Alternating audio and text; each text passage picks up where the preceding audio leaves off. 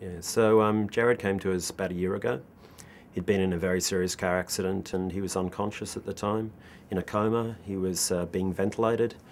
He came straight to our intensive care unit and he was with us for several weeks. I guess his condition deteriorated steadily over that time. Jared had very serious head injuries. He really was absolutely dependent on life support. He wasn't able to communicate, he wasn't able to breathe for himself.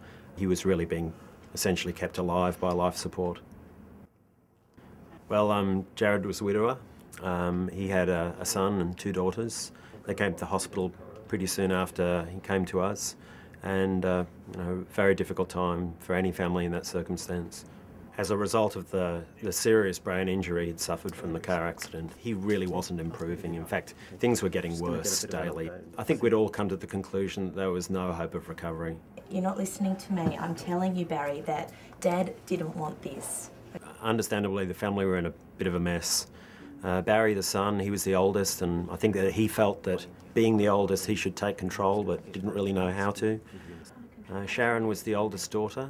She just wanted everything done, everything to keep her father alive. Emily was the youngest daughter and the closest to Jared. She understood that her father would have wanted to die with dignity rather than keep going when it was clearly quite futile.